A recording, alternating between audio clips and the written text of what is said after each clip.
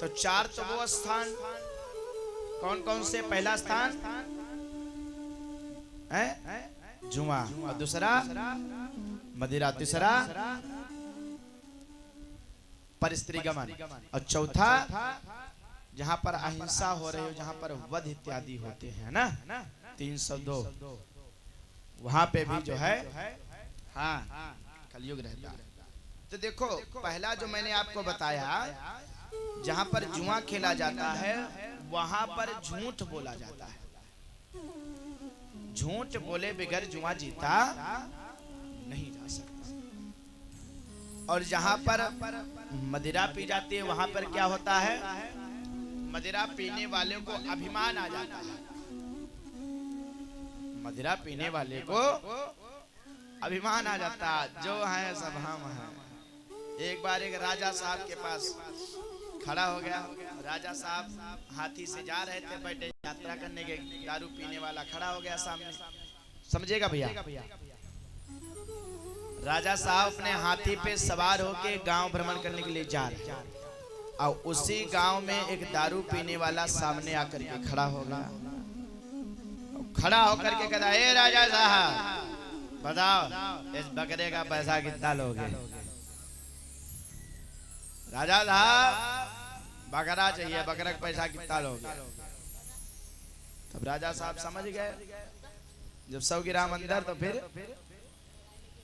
हाँ, अभी तो इनको हाथी बकरा दिख रहा है, का इनको पकड़ करके ले चलो, सुबह इनको लाना, तब हम बकरा का मूल्य बता देंगे। पकड़ करके भाई ले गए, बंद कर दिया गया। जब सवेरे उतरी, देखिए अंदर, बाहर आए, हाँ बेटा बताओ बकरा खरीदोगे? ये बकरा सामने रहे, बकरा तुमको दिखाई पड़ता तो है क्या भैया? मदिरालय में मदिरा पीने वाले को अभिमान हो जाता है। हम बहुत अच्छी बातें बता रहे हैं, समझिएगा जरा। मैं ये नहीं कह सकता कि कोई नहीं बताएगा, पर इतनी जल्दी ये बातें कोई बताने वाला नहीं मिलेगा। जहां पर जुआ खेला जाता वहां पर झूठ बोलना ही पड़ेगा। जहां पर मदिरा पिएगा वहां पर अभिमान आ ही जाएगा। और जहां पर वैश्यालय होगा, पर स्त्री गमन होगा, वहां पर काम आ जाएगा। काम होगा तभी तो पर स्त्री गमन होगा, व्यक्ति वैश्यालय जाएगा। और जहां पर वध स्थल होता है तो वहां पर रजोगुण का वास होता है। इसलिए चारों स्थान दूषित स्थान माने गए हैं।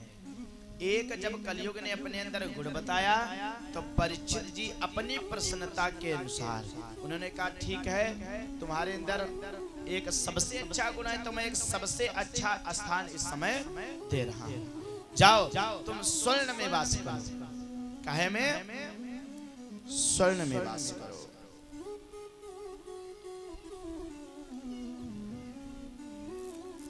स्वर्ण में जब वास करो तो उस दिन परीक्षित जी महाराज सोने का ही मुकुट लगाए थे, और वो भी अहिंसा के द्वारा ही कमाया गया हुआ था। पांडव लोग जगह जगह से, वो जब उनके यहाँ यज्ञ हुई ना, तो जगह जगह राजाओं को पराजित किया और अपने यहाँ मुकुट लेकर, तो एक जो जरासंध था वो बहुत बलशाली राजा था। समझेगा भैया?